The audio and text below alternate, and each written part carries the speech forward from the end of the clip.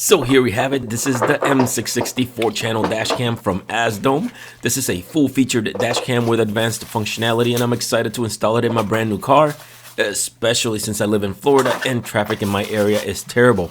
In the box, you'll get everything you'll need to install the dashcam in minutes and have 360-degree coverage, which is a major selling point of this dashcam. In this video, I'm going to go over all of the settings and show you sample footage from all 4 cameras on the dashcam. The first thing to note is that the dashcam feels very solid and well built. The buttons have a nice tactile feel to them. The lens itself can be moved up to 30 degrees to adjust for the best angle. There are some vents along the back and the sides to help with heat dissipation. Along the top, you'll find the Type-C USB port and the plug for the rear camera. The sides also have USB ports, and as you can see here, those are to add the 2 side cameras. These 2 small cameras rotate and swivel 180 degrees in both directions to angle them however you may need. They also have infrared beams for night vision, which comes in handy if you use your car as an Uber at night. The rear camera can also be adjusted for the best angle. To aid in the installation, the rear camera cable can be unplugged from the camera itself. Here you can see the dashcam all put together. There are 4 cameras total that, if angled correctly, can provide 360 degrees of coverage. So here I have my camera plugged into a battery pack to show you some of the major settings and showcase some of its features. One such feature is that there is no need for an SD card because this dashcam comes with 128 gigabytes of memory built in.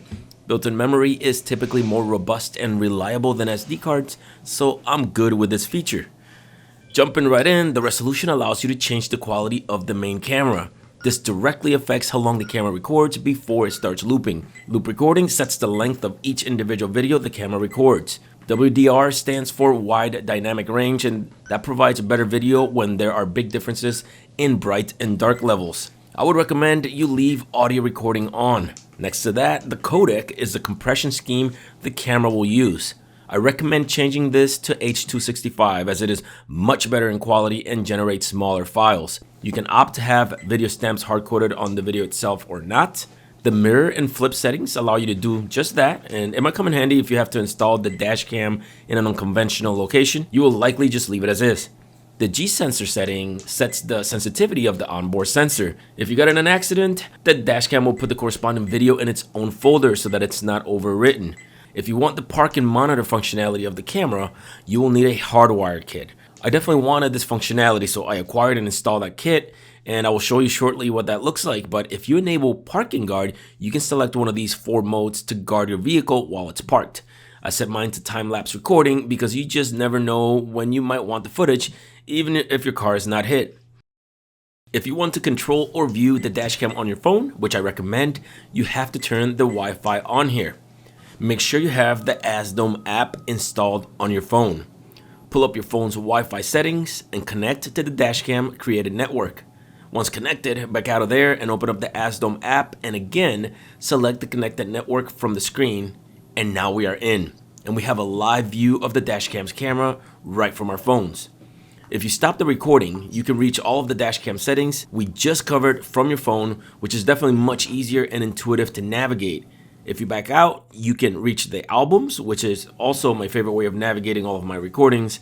This would be much easier to do in a pinch if you needed to pull up a specific recording to show, say, a police officer. From here, you can also download any recording you wish to your phone so you can share as needed.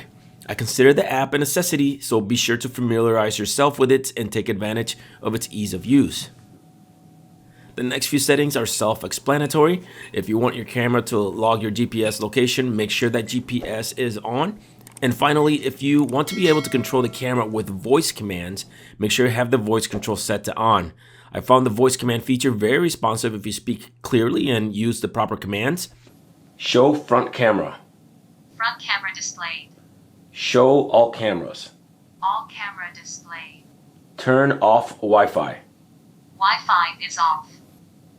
Lock the video. Current video locked. The one issue I have with it is that while the commands are simple, they have to be spoken exactly as programmed, so this could be a problem if you forget a command down the line. One really cool feature that I think all high-end dashcams should have is the ability to show you video routes on a GPS player. If you go to the AZDOME website, navigate to support, select download, then app and GPS player, it takes you to the download page of a player that will do just that. Here I have it downloaded on my Windows PC. When I open it, I can either drag a video directly onto it, or I can select a directory where all of my dashcam videos are. From there, I can double click the video I want to play and allow it to play if I want. On the right up here is a real-time GPS indication of where the car is traveling. I can grab the cursor down here and speed it up to see it more clearly on the map. You can also zoom in and out of the map as needed. This is all pretty cool and could potentially come in handy if you need to find yourself back to a specific location. It's also very useful if you want to add context to a route that was taken, or simply to combine video plus GPS data for better evidence, particularly if you don't hard code the data onto the video itself. To install this dashcam, pick a good spot and ensure that it doesn't interfere with any onboard driver assist technologies. This car has Subaru's eyesight system, so I'm going to stay clear of that per the owner's manual. Once you select the spot, if you want to use a static cling, feel free to do so. Personally, I just install it directly onto the glass. Just be sure to clean the glass with alcohol ahead of time and apply plenty of pressure so that the adhesive sticks. I have here the dashcam fully installed with a hardwire kit.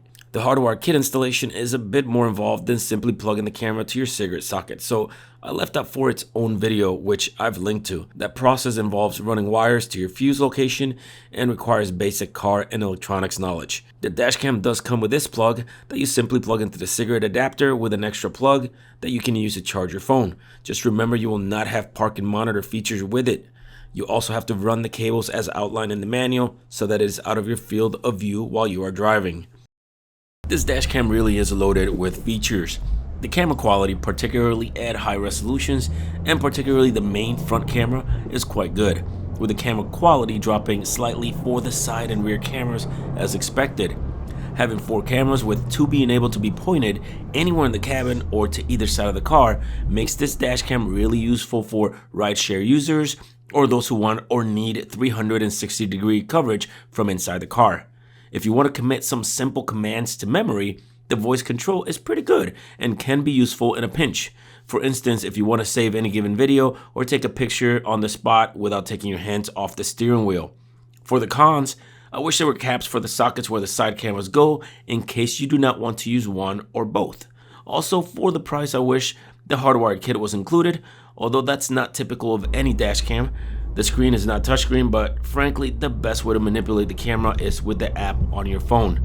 Although I like the built-in memory, I still wish there was an SD card slot as a redundancy, although I do appreciate not dealing with the quality control issues that sometimes come with SD cards.